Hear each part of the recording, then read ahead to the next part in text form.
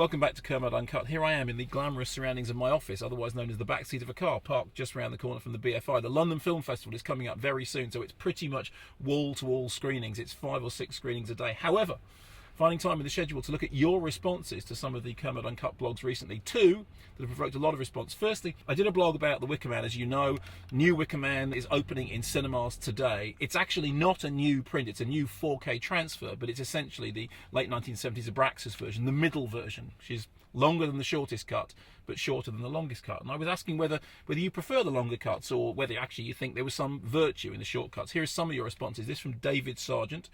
As a huge fan of The Wicker Man, I would happily sit through a 5-hour version if there is such a thing. I think Christopher Lee wishes there was such a thing. Every time the film ends, I always expect to see helicopters in the distance to save Howie. They never come. My only problem with it is the video commentary from the DVD, which was hosted by Mr. Kermode whilst wearing a baseball cap. Yeah, it was a long time ago. You know, different life, different rules applied. This from R.E. Folks.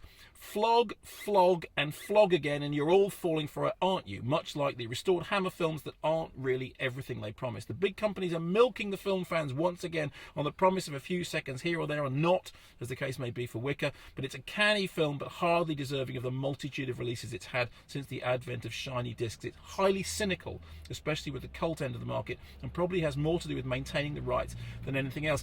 I mean, actually, in the defense, I think it is to do with getting a decently assembled print back into cinemas. I mean, we're all familiar with the director's cut, but that's only been available for the small screen. I think there is some kind of treat in seeing a decent version of The Wicker Man in the cinema. This, however, from Persona. I'm a fan of the original UK theatrical release. The extended version ruins one of the most intriguing opening scenes in film by adding about 5 minutes that just doesn't need to be there. The theatrical cut just flows much better. I'd like to see the new cut more as a curiosity than anything else, as I will always return back to the original. I have to say for myself, having seen at least 3 cuts of The Wicker Man, here's my feelings. There is much to be said on both sides, but even the shortest cut works, and the reason it works is because the ending is so extraordinary. That's what you remember when you come out of the cinema. I was very glad actually to see the director's cut, and as we've said, I did take part in the director's commentary for that. I'm not sure that we need another version of The Wicker Man, although seeing it on the big screen is a great thing. But as long as you have that titanic epochal ending, everything else will do.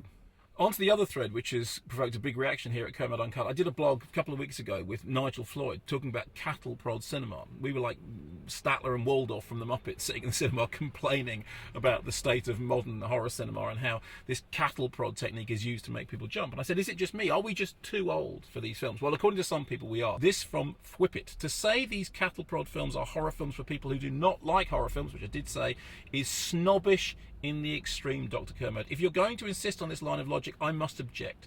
You're essentially saying that these films are not fitting one set category of what the horror genre can achieve. What's wrong with full-out thrills and spills and jumping horror? I think Drag Me to Hell was one of the best horror films of the last 10 years. Actually, I like Drag Me to Hell. With its roller coaster haunted house mentality, it could be seen as the peak of what could be described as Sam Raimi's horror ethos. I like horror films, Dr. Kermode, and I like being spooked, creeped, unsettled, or simply throwing my arms out and going whoa in varying ratios. You should know better than most that horror can do all of these things and more. Your critical eye is all out of whack as far as these films are concerned. Not alone in thinking that. I mean, this, for example, for me, yes, I love being scared like cattle prod as described. It's the best thing for horror films for me. More of those movies, please.